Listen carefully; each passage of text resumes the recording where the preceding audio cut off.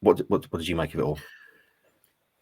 The first sub comes on 65, and it's Jack Taylor for Nathan Broadhead. And personally, I don't have any issue with that one at all. I've seen a sort of few people questioning why Jack Taylor was the first man called upon. Nathan Broadhead, and this goes back to a debate that we had on KOA Live 2 with people talking about Nathan Broadhead being criminally underused and why hasn't he started more. He has some brilliant technical qualities. He's fantastic in attack, but for me, he's a second striker.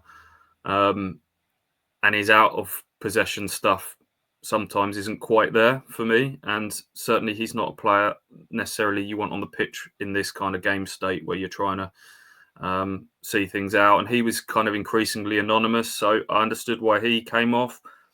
Jack Taylor, I guess he gives you a bit of both in terms of he's someone that can still give you a goal threat because he can, as we know, he can score out of nowhere 25, 30 yards out and give you that option or give you that possibility to get a killer second goal. But he also adds a little bit more injection of energy and bite and fight in midfield. And that's where they were getting overrun. And he's more likely to kind of drop into that midfield battle. So I could understand that one. But then waiting till the 81st minute to make further changes was slightly more head scratching for me. Couple of reasons I think that was in Kieran McKenna's mind. One that he's just mentioned there is that Wolves are a big side and they're a threat at set pieces, and obviously Connor Chaplin, Jack Clark, Philogene, etc. are kind of diminutive in stature, and you could leave yourself vulnerable there. Kind of understand that to a point, and he also felt.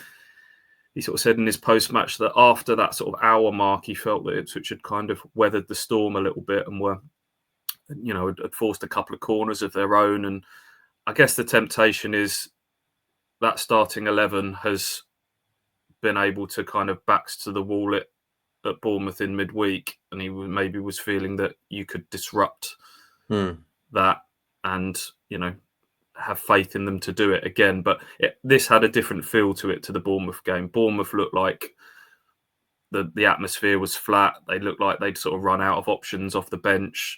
They looked, devoid of ideas, and Ipswich were defending that on their terms at Bournemouth.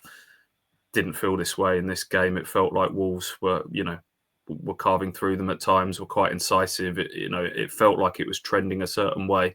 And I don't think that, yes, they did kind of stabilise a little bit from sort of 60 to 70 minutes, but not enough for me to say that, don't do anything until it's too late. And that's essentially what happened. Yeah, I mean, what would you have done then, Stu? You speak about maybe bringing George Hurst on, for example. He's clearly, you're not going to lose anything physically by bringing George Hurst on. I know when that change was eventually made, watching Sky Sports, Clinton Morrison was disgusted that Liam Delap had been taken off. And, he says, I can understand not wanting to take Liam Delap off because he's your 12-goal talisman, and you want your best players on the pitch, and Liam Delap is one of Ipswich's best players, no doubt about it. And that's, we've been talking how long now? Months about the possibility of a Hurst Delap on the pitch at some stage, not necessarily from the start, but are there certain game states and scenarios that it might suit? And arguably this is one, because George Hurst can come on, and I think he's, I had a really good chat with George Hurst pre-match in this one about his kind of role as a sub, and he's not happy being sub. He's made that very clear, but I think he's got a more mature outlook on the role of a sub. And he said sort of probably a few years ago he'd have come on at Bournemouth, for example, and his first thought would have been, I need to just score a goal to boost my reputation and give me more of a chance, and maybe putting himself before the team. But now he knows that he can come on and he can win some flick-ons, and he can run the channels, and he can win some fouls, and he can do some link play, and he can do all that sort of good stuff. So I would have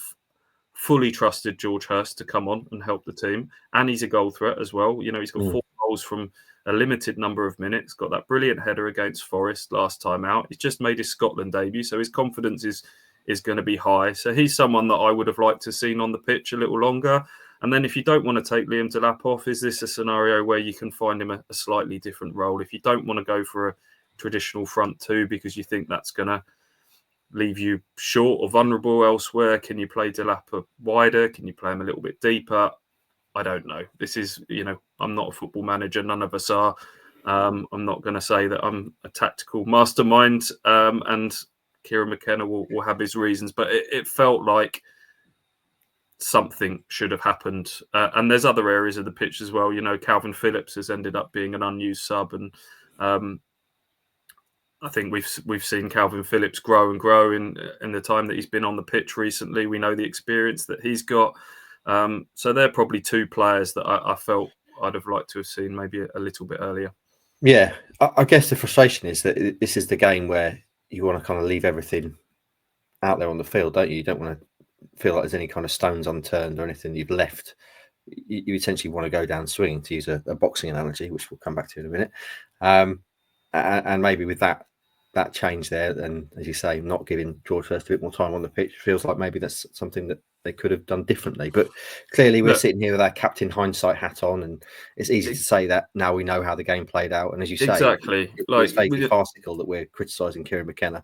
Say he does that. He does that and throws on Hurst at 1-0 up and leaves Delap on, and you've got two strikers on the pitch and did something that's more attacking, and then Wolves go and turn it around and win, and then you're leaving yourself open to tactically naive. We're 1-0 up. We've scrapped it out of Bournemouth in midweek. Why have we suddenly decided to throw the kitchen sink at them when we had the lead? It's all very easy to sit here and say in hindsight, isn't it? But I did think the team looked a little bit sort of tired, understandably so, in that second half. It did feel like it was trending towards Wolves getting a goal at some stage. And yeah, they did. They did. Ultimately, I know it's not the first time this season that people have talked about McKenna's substitutions, but the fact of the matter is, as we know, this challenge was huge this season. There was a chance that games were going to go against them more often than not, and then ultimately that always leaves it open to debates around starting 11s and substitutions and things like that. So this is, I'm not going to go overboard about Kieran McKenna sort of not doing the right things within football matches this season, but this was one where I felt that something should have happened a little bit sooner.